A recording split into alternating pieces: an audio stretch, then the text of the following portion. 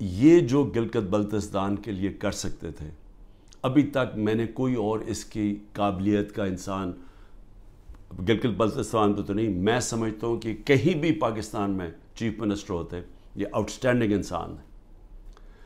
دوسری چیز کہ دیکھیں، میں اپنی قوم کو یہ کہنا چاہتا ہوں کہ دیکھیں، قومیں چلتی کس چیز پہ ہیں؟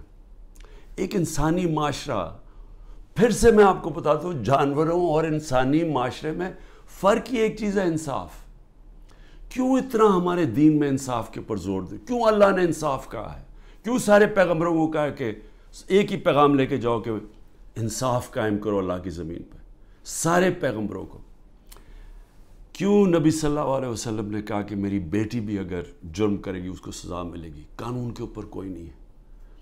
کیسے حضرت علی رضی اللہ تعالیٰ، ایک قاضی ان کے خلاف فیصلہ کر دیتا ہے، کہ یہودی شہری کے لیے فیصلہ کر دیتا ان کے خلاف، کہ وہ سوچیں وہ کیا انصاف کے پیمانے تھے۔ حضرت عمر اپنے بیٹے کو سزا دے دیتے ہیں، اس کو کوڑے مرواتے ہیں، سزا دلواتے ہیں اس کو، کیونکہ قانون توڑتا ہے۔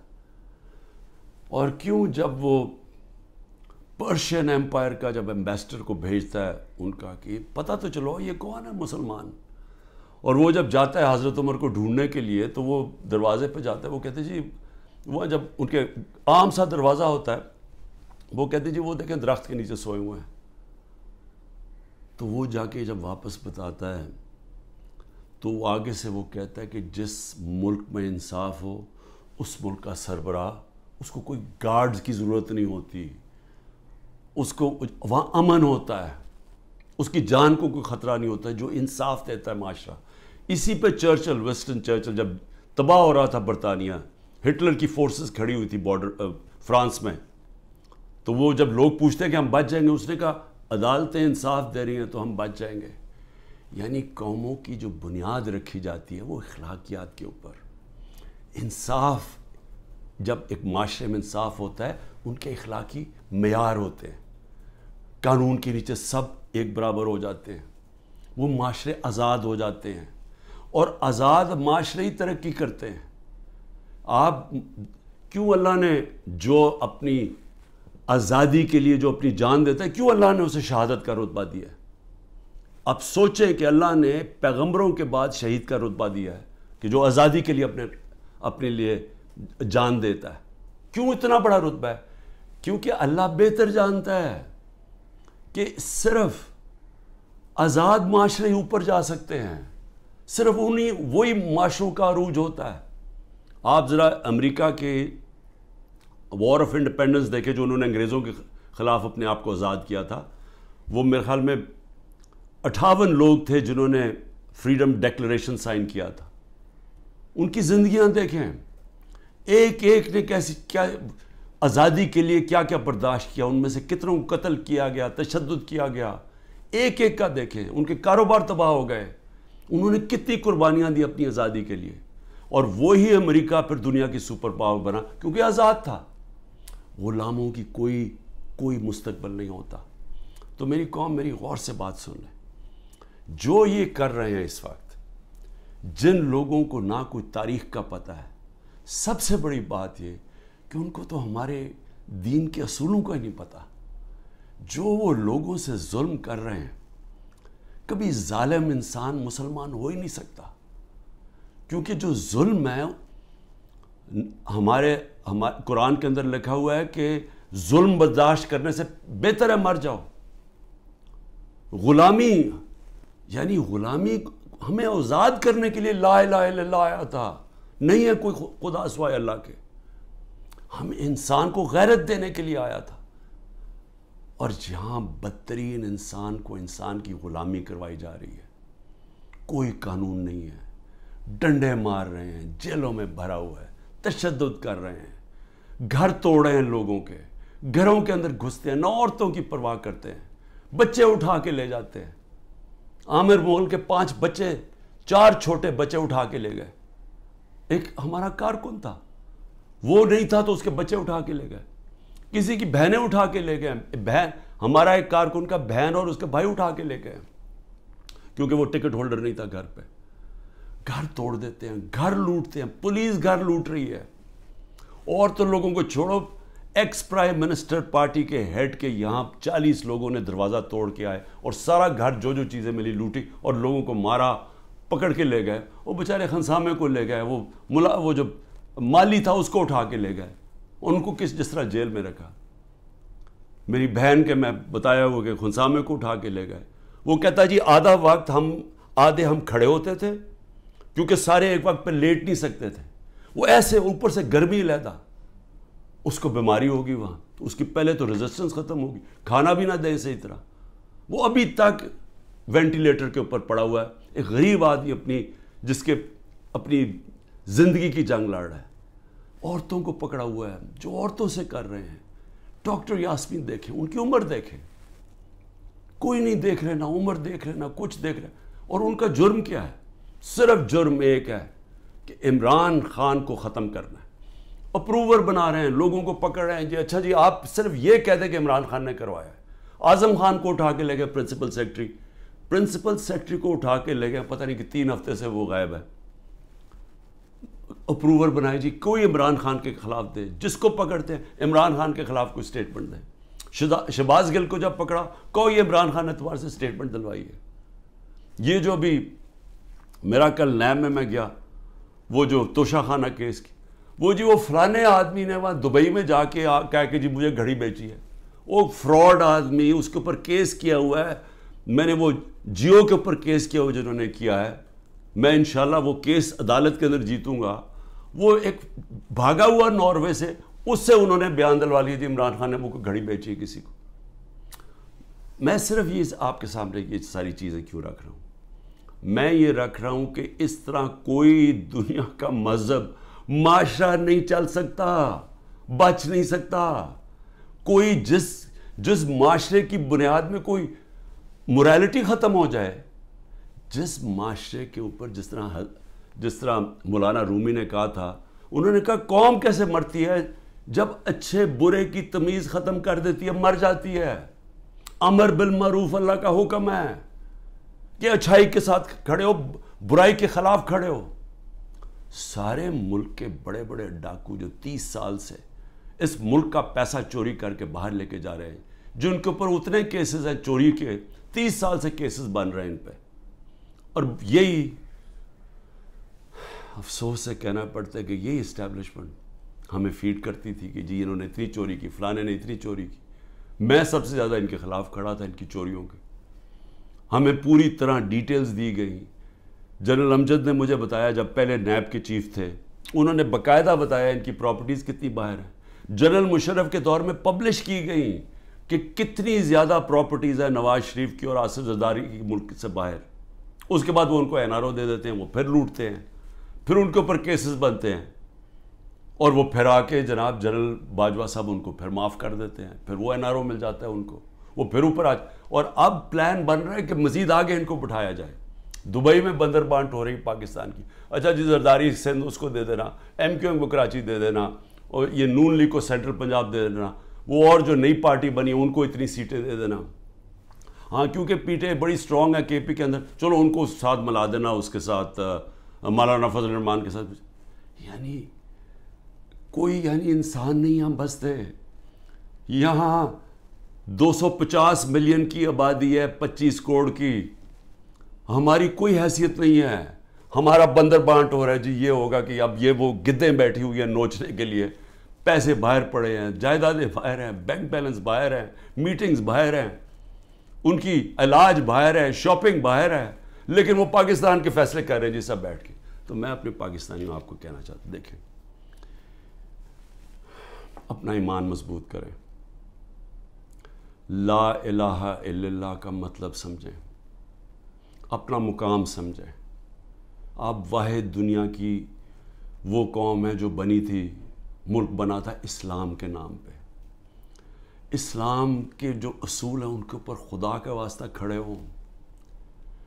میں کیوں اکیلا, ساری جماعتیں ایک طرف ہیں, اسٹیبلشمنٹ ایک طرف ہے. مجھے کہتے ہیں, میرے دوست کہتے ہیں باہر بیٹھے ہوئے, خدا کے واسطے عمران خان باہر آ جاؤ, یہ تمہیں مار دیں گے, یہ تمہیں چھوڑیں گے نہیں, یہ تمہیں سارے تمہارے خلاف ہیں, تم اکیلے ہو. تمہاری ساری پارٹی انہوں نے اندر کر دی، ملک سے باہر چلے جاؤ. سارے میرے خیر خواہ جو باہر میری بڑی ٹائم باہر گزرا ہے، میں ان کو سوال، میں کیوں کھڑا ہوں اکیلا آدمی؟ ذرا آپ قوم کے سامنے رکھ رہا ہوں، میں کیوں کھڑا ہوں؟ کیونکہ میرا اللہ پہ ایمان ہے. میں سمجھتا ہوں کہ اللہ کے سوا کوئی خدا نہیں ہے. میں مانتا ہوں کہ زندگی اور موت اس کے ہاتھ میں ہے. میں مانتا ہوں کہ اللہ کے علاوہ کوئی مجھے ذلیل نہیں کر سکتا. میرے اعمال مجھے ذلیل کریں گے اور اللہ کی اجازت سے. نہ ہی مجھے کوئی عزت دے سکتا ہے اللہ کے علاوہ. اور میری رزق کوئی نہیں لے سکتا، جو اس نے لکھی ہوئی ہے اتنی ہونی ہے. میرا ہے کہ میں حلال سے کماؤں یا حرام سے کرواؤں. میں کیوں نہیں ملک سے باہر جا رہا؟ کیوں میرے اوپر آپ کو پتا ہے کہ اب 6 اور FIR آج کاٹ دی ہیں. 170 پہلے کراس کر گیا تھا، اب 6 اور 180 کے قریب پہنچ گیا ہوں میں. ہر وقت نہیں FIR آ جاتی ہے. میں عدالتوں میں جاتا ہوں، میرا سارا ٹائم ایک عدالت سے دوسری عدالت چاہتا ہوں. اور میں اپنے وکیلوں کو آج سلام کرنا چاہتا ہوں جس طرح وہ کھڑے ہیں اور جس طرح وہ لڑ رہے ہیں میرے لیے. لیکن میں لڑتا رہوں گا. لیکن مجھے پتہ انہوں نے جیل میں ڈالنا ہے، وہ ہو ہی نہیں سکتا کہ میں سارے کیسز کون کبھی سنا ہے کسی ملک کی تاریخ میں کہ 180 کیس ایک آدمی پہ کر دیے جائیں 6 مہینے کے اندر؟ کبھی سنا ہے؟ کوئی دنیا کے اندر اس کی کوئی مثال ہے؟ کوئی مثال ہے کہ ایک دن میں 15 کرمنل کیس ہو جائیں؟ کوئی ہارڈنڈ کرمنل نے بھی کبھی ایک ہی دن میں 15 وارداتیں کی ہیں؟ لیکن ان کو کوئی شرم بھی نہیں ہے کہ یہ جو جھوٹے کیسز، ان کو شرم بھی نہیں آ رہی. ملٹری کورٹس بنیں گے جی، کیونکہ یہ عدالت جج یہ ٹھیک نہیں ہے تو اب ملٹری کورٹس میں اس کو فیصلہ کرو. میں تیار ہوں، میں ملٹری کورٹس کے سامنے تیار ہوں. اللہ کرے مجھے موقع دے، میں کھڑا ہو کے قوم کے سامنے اپنا دفاع، کوئی وکیل نہیں رکھوں گا، خود بتاؤں گا کہ میرے سے کس نے کس طرح کی اپنی ذاتیات کے لیے میرے سے جو کیا، ملک سے غداری کی. میرے سے کیا کرنا ہے؟ مجھے تو اللہ سب کچھ دے بیٹھا ہے. لیکن میں یہ بھی بتاؤں گا کہ میرے اوپر کس طرح مجھے مارنے کی کوشش کی گئی. جب دیکھا پارٹی اوپر جا رہی ہے کہ ہمارے الیکشن پہ الیکشن 30 الیکشن جیت گئے 37 میں سے، کہ ساری پولیس بھی ہے، گورنمنٹ بھی ہے، الیکشن کمیشن بھی ہے، اسٹیبلشمنٹ بھی ساتھ کھڑی ہے، اس کے باوجود جیت رہے ہیں. تب مارنے کی کوشش کی. 3 نومبر کو میرے اوپر جو وزیرآباد میں واردات تھی، اس سے پہلے میرا ہیلی کاپٹر آ رہا تھا، بڑا ہیلی کاپٹر تھا. ہم DI خان پختونخوا ادھر سے آ رہے تھے واپس سے ریلیف دینے کے لیے، وہ جب سیلاب آیا ہوا تھا. اس کے اندر پٹرول مکس کیا گیا. وہ ہیلی کاپٹر بچتے بچتے بچتے، وہاں سارا پہاڑی علاقے میں وہ بڑا ہیلی کاپٹر تھا، لینڈ ہی نہیں کر سکتا تھا. وہ اللہ کا کرم ہے کہ وہ بچتے بچتے ایک جو بھی پہلی جگہ ملی اس کے آ کے اس نے پوٹوار اتر گیا. پھر ایک آدمی انہوں نے جو پختونخوا کے اندر ان کی محمود خان نے پکڑا، ایک آدمی جیل میں ڈالا جس کو اوپر مجھے قتل کرنا تھا. پھر محمود خان نے بتایا سوابی کے اندر میرا ہیلی کاپٹر جلسے کے لیے لینڈ کر رہا تھا، وہاں راکٹ لانچر لے کے آدمی کھڑا تھا، بال بچ کے وہاں وہ نہیں ہوا. پھر 3 نومبر ہوا. 3 نومبر کے بعد پھر مجھے قتل کرنے کی کب کوشش کی گئی؟ 18 مارچ کو. کدھر کوشش کی گئی؟ جوڈیشل کمپلیکس میں. جوڈیشل کمپلیکس میں کیا پلان بنایا ہوا تھا کہ جوڈیشل کمپلیکس کے اندر سلوار قمیض کے اندر لوگوں کو بھیجا ہوا تھا. سارا نامعلوم افراد نے ٹیک اوور کیا ہوا تھا. اور یہ ذرا آپ دیکھیں کہ یہ ذرا ویڈیو دیکھیں.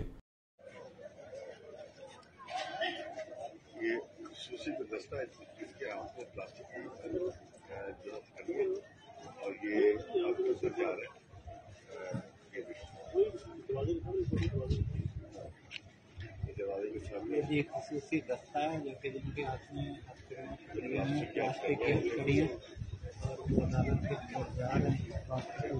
اسپیشل فورس یہ ہے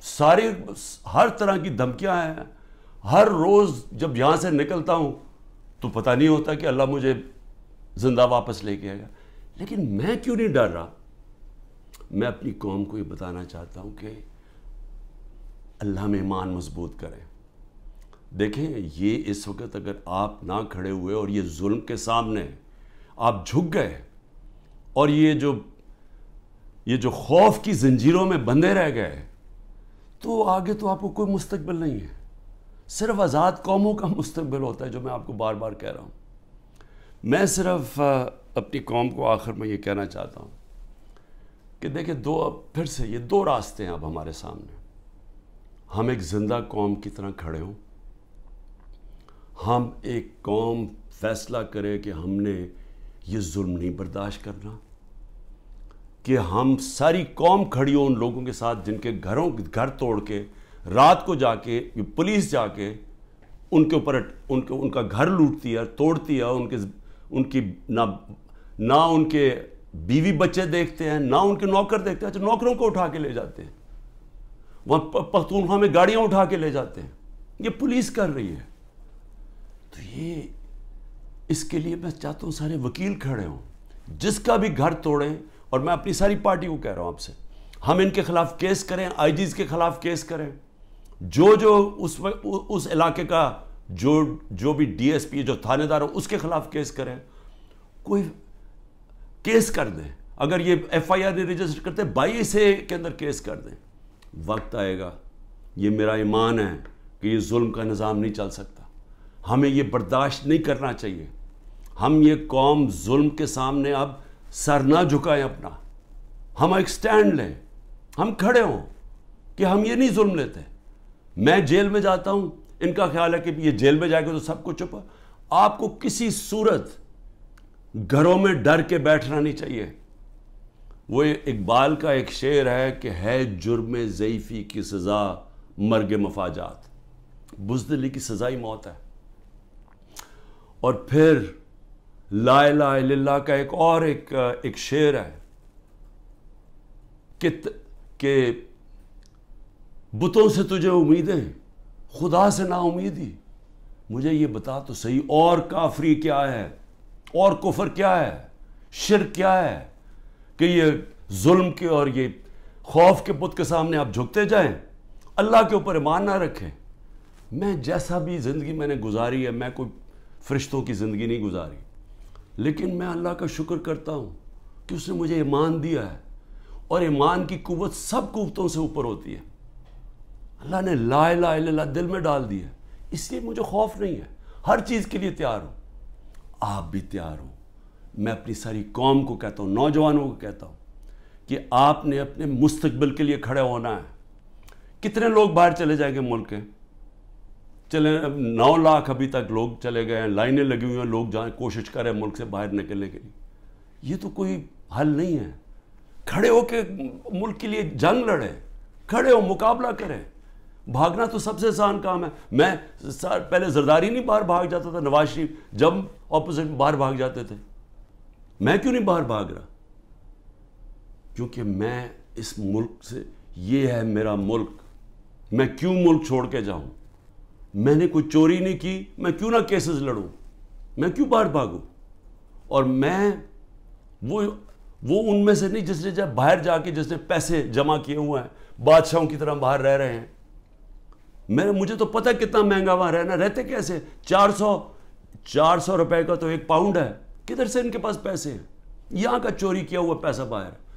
یہیں رہیں گے، یہاں لڑیں، کھڑے ہوں گے پرامن طریقے سے. ملک میں توڑ پھوڑ نہیں کریں گے، لیکن ہم یہ واضح کر دیں گے کہ ہم ہمارے محمد مصطفیٰ نبی صلی اللہ علیہ وسلم کی امت ہے. ہم لا الہ الا اللہ میں ماننے والے لوگ ہیں. اللہ جب کسی کو ایمان دیتا ہے ان کے خوف دور کر دیتا ہے. ہم خوف کی زنجیر توڑ بیٹھے ہیں اور ہم یہ ظلم کسی صورت اب قبول نہیں کریں گے. پاکستان زندہ باد.